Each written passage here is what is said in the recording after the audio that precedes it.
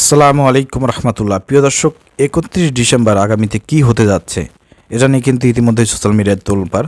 আমি কিছু এক্সক্লুসিভ তথ্য আপনাদেরকে দিতে চাই যে এই সমন্বয়করা আগামী 31 ডিসেম্বর শহীদ মিনারে সেখানে বেলা 3টার সময় তারা কি ঘটনা ঘটাতে যাচ্ছে, প্রিয় দর্শক, কি তারা প্রকাশ করতে যাচ্ছে, তারা কোন দলে যোগদান করতে চাচ্ছে সেটা আমি আপনাদের সামনে স্পষ্ট করব।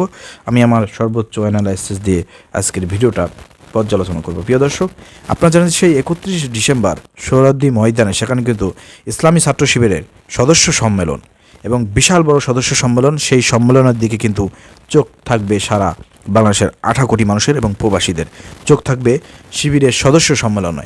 কিন্তু ওই দিনেই কেন 31 ডিসেম্বর কেন ওই শহীদ মিনারের 3টের সময় এই সমন্বয়করা ছাত্র বিপ্লবের যারা জুলাই আগস্টের যারা ছিলেন, ছাত্র জনতার পক্ষ থেকে সমন্বয়ক যারা ছিলেন, তারা কেন এই ধরনের ঘোষণা দেবে? তারা ঘোষণা দিয়ে কোন দলে যোগদান করবে, নাকি নতুন কোনো দল তারা গঠন করবে, কি করতে চাচ্ছে, এইসব বিষয় নিয়ে আলোচনা হবে। প্রিয় দর্শক, দেখেন 31 ডিসেম্বর বিকাল 3টায় ওইখানে ঘোষণা দেওয়া হবে। ঘোষণার পরে তারা কি আসলে শিবিরে যোগদান করবে কিনা, ছাত্র সমন্বয়ক যারা আছে, এবং সমন্বয়কদের মধ্যে আপনারা জানেন 207 জনের মধ্যে বেশিরভাগই সমন্বয়ক শিবির থেকে আসা, অথবা শিবির সেখানে গোপনভাবে কাজ করেছে। তো সবাই কি শিবিরে যোগদান করবে, জামাতে যোগদান করবে, নাকি বিএনপিতে যোগদান করবে, নাকি নতুন কোনো তারা দল গঠন করে সেখানে চমক দেখাবে? আসলে তারা কি বিস্ফোরণ ঘটাতে যাচ্ছে, যার জন্য সব সমন্বয়করা একযোগে একভাবে তারা পোস্ট দিয়ে যাচ্ছে যে নাও অর নেভার, মানে এখন অথবা কখনোই না।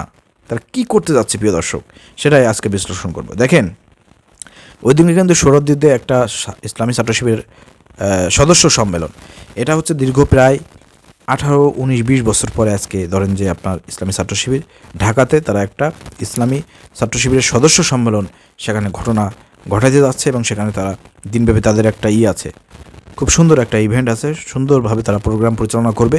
কিন্তু সেই দিকে সবার কিন্তু লক্ষ্য থাকবে যে ইসলামী ছাত্র শিবির দীর্ঘ এত বছর পরে তারা সদস্য সম্মেলন করবে ঢাকা সোহরাওয়ার্দীতে, সবার চোখ কিন্তু সেখানে থাকবে। আপনারা দেখেছেন যে ইতিমধ্যেই কিন্তু আজকে থেকেই ঢাকায় কিন্তু সায়েন্সের যে বিষয়গুলো রয়েছে সেখানে কিন্তু ইসলামী ছাত্র শিবির ইভেন্ট করতেছে, সেখানে অনেক অংশগ্রহণ করেছে, খুব চমৎকার ইভেন্ট তারা করেছে। এর আগে আপনারা দেখেছেন জুলাই আগস্টের বিপ্লবে শহীদদের নিয়ে, ফ্যাসিবাদের সমস্ত রকমের চিত্র নিয়ে, শহীদদেরকে নিয়ে তারা একটি আপনার করেছিল, সেখানে কিন্তু অনেক মানুষ উপস্থিত হয়েছিল, একটা খুব ভালো একটা ইভেন্ট তারা তৈরি করেছিল। এখন নতুন করে ইভেন্ট কিন্তু সোহরাওয়ার্দীতে চলতেছে। তো এই যে ছাত্র শিবির যে মানে কাজ করার সুযোগ পাইলে পারে দেশের মধ্যে যে কী করতে চায়, তারা কি করতে পারবে, সেটা কিন্তু ইতিমধ্যেই দেশের জনগণ কিন্তু দেখে ফেলেছে, এবং তারা ভাবা শুরু করছে যে তাদের প্রত্যেকটা ছেলে মেয়েদেরকে ইসলামী ছাত্র শিবির ছাত্রী সংস্থায় দেওয়ার জন্য তারা কিন্তু চিন্তাভাবনা করতেছে যে না, শিবির তো দেশে একটা শিক্ষা অঙ্গন, তারা শিক্ষার মান যাতে উন্নয়ন হয়, শিক্ষার বিস্তার যাতে সব জায়গায় ছড়িয়ে যায়, তারা সেদিকে লক্ষ্য রেখে সমস্ত কাজকর্ম করতেছে।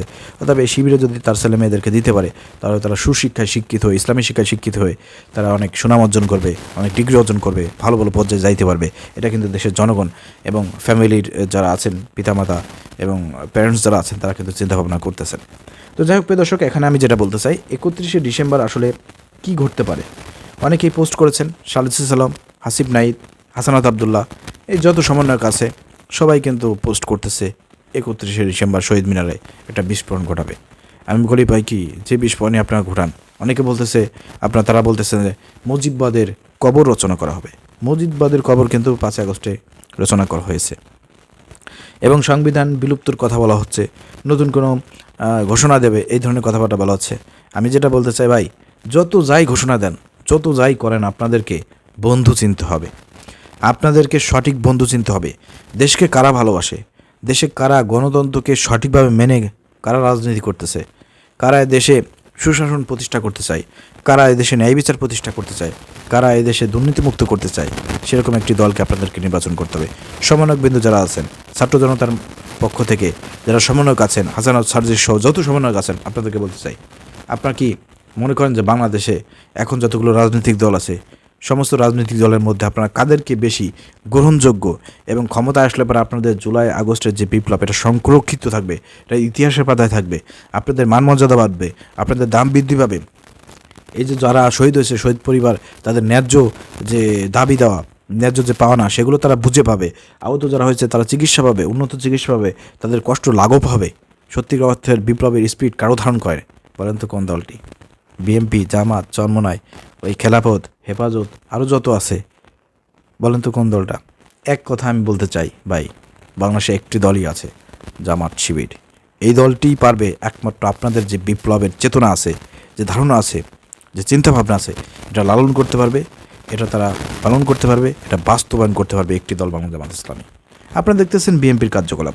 ইতিমধ্যে বিএনপির কার্যকলাপ নিয়ে আপনাদের মনে কিন্তু অনেক প্রশ্ন, এবং আপনারা জেনে গিয়েছেন যে বিএনপি হচ্ছে আওয়ামী লীগের এপিট ওপিট।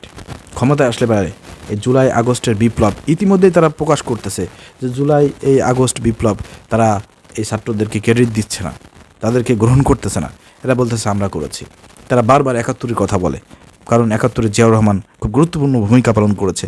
আরে ভাই ৭১ চলে গেছে, অনেক পিছনের কথা। এখন জেনজি, এই সময়ের জেনারেশন যারা আছে, ইয়াং জেনারেশন যারা আছে, তারা ৭১ নিয়ে চিন্তা করে না।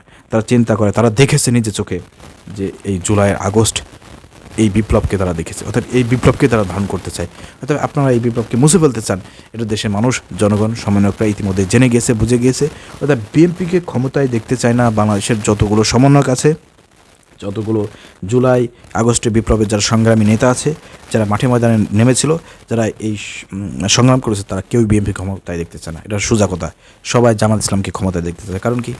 কারণ জামাত ইসলাম ছাত্রদেরকে সবচেয়ে অগ্রাধিকার দিচ্ছে। জামাতের আমির বলেছে যে এর ক্রেডিট সবচাইতে বেশি হচ্ছে ছাত্রদের, আমাদের কোনো ক্রেডিট নাই।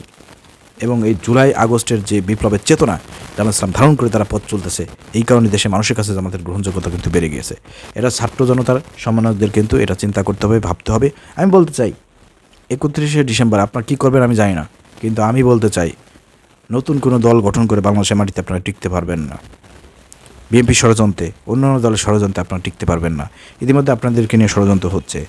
আপনারা যদি টিকে থাকতে চান, জুলাই আগস্টে এত শহীদ হয়েছে, এত মানুষ জীবন দিয়েছে, রক্ত দিয়েছে, এগুলো যদি আপনারা ধরে রাখতে চান, অর্জন ধরে রাখতে চান, তাহলে জামাত ইসলামীতে যোগদান করা ছাড়া, জামাতকে ক্ষমতায় আনা ছাড়া আপনাদের বিকল্প কোনো পথ নাই। আমি মনে করি ৩১শে ডিসেম্বর আপনারা নতুন কোনো দলের ঘোষণা দেবেন না। এমনকি আপনার মুজিববাদের যে কবর রচনা করতে চাচ্ছেন, সংবিধানের যে কবর রচনা করতেছেন, এগুলো একান্ত প্রেক্ষিকভাবে আপনারা দিতে পারেন। এর সঙ্গে জামাত ইসলাম আপনাদেরকে সবসময় সমর্থন করবে। কিন্তু সবচেয়ে বড় যে ঘোষণাটা, সেটা আমি মনে করি আপনারা সবাই আগামীতে জামাত ইসলামকে, জামাত শিবিরকে ক্ষমতা আনার জন্য আপনার প্রচেষ্টা চালাবেন। জামাত শিবিরের সঙ্গে আপনারা থাকবেন।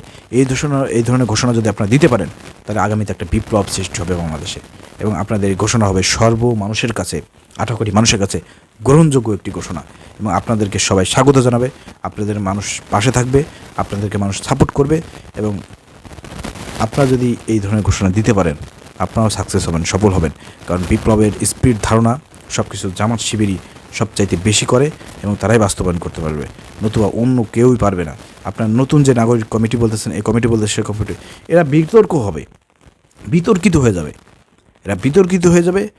একমাত্র বাংলাদেশে এখন জনপ্রিয়তা শীর্ষে বাংলা জামাত ইসলামী, ইসলামী ছাত্র শিবির। অর্থাৎ এদের সাথে আসুন, এদের সঙ্গে কাজ করেন, এরকম একটা ঘোষণা আপনারা দেন, দেখবেন যে আপনাদেরকে মানুষ ভালোবাসবে, আপনারা ইসলামের ছায়াতলে আসবেন। ইসলামী রাষ্ট্র গঠনের জন্য আপনাদের এই ত্যাগ, আপনাদের এই সব কিছু আল্লাহর কাছে কবুল হবে। আপনারা মারা গেলেও শহীদ হয়ে যাবেন, এবং ইসলামী রাষ্ট্র প্রতিষ্ঠার জন্য জামাত শিবিরকে পক্ষে থাকলে অনেক উপকার হবে, এহকাল এবং পরকালীন। আমি মনে করি যে ৩১শে ডিসেম্বর এই ধরনের একটা পরিকল্পনা যদি আপনারা করেন, এই ধরনের যদি ঘোষণা আপনারা দেন, এটা আপনাদের জন্য সবচাইতে ভালো হবে, এবং দেশবাসীর জন্য একটা চমক থাকবে। এই চমকটা হচ্ছে আপনাদের সবার জামাত ইসলামের উপর সাপোর্ট, জামাত ইসলামের সাথে থাকা, সমর্থন করা। এই ঘোষণার মাধ্যমে আপনারা আপনাদের জুলাই আগস্টের যে বিপ্লব, এটাকে ধারণ করতে পারবেন, এটাকে আপনার পুনরুজ্জীবিত করতে পারবেন, এটাকে আপনার বাস্তবায়নের এক ধাপ এগিয়ে যেতে পারবেন। নতুবা নতুন কোনো দল ঘোষণা করলে পরে আপনারা বিতর্কিত হবেন, এবং আগামীতে আপনাদের কাছ থেকে দেশের জনগণ বলেন সব কিছু দেখা যাবে যে আপনাদের পিছন থেকে সরে যাবে, বিতর্ক সৃষ্টি হবে, এবং বিএনপি আপনাদেরকে নিয়ে ষড়যন্ত্র করতেছে, সেই ষড়যন্ত্রে দেখা যাবে আপনারা পা দিয়েছেন, সেই ষড়যন্ত্রের ফাঁদে আপনারা ধ্বংস হয়ে যেতে পারেন। অর্থাৎ নিজেদের অস্তিত্ব টিকিয়ে রাখার জন্য আপনাদের উচিত জামাত শিবিরে যোগদান করে সামনের দিকে আপনাদের বিপ্লবের চেতনা, স্পিড ধারণা, এগুলো বাস্তবায়নের জন্য কাজ করা। এতে আপনাদের অনেক উপকার হবে। এটা হচ্ছে আমার অ্যানালাইসিস, আমার মন্তব্য। এর পক্ষে কারা কারা আছেন একটু কমেন্ট করে জানাবেন, ভিডিও শেয়ার করে দেবেন। আর যদি আপনাদের কোনো চিন্তাভাবনা থাকে সেগুলো বলতে পারেন, কমেন্ট করে লিখতে পারেন। ধন্যবাদ। আসসালামু আলাইকুম রহমতুল্লাহ।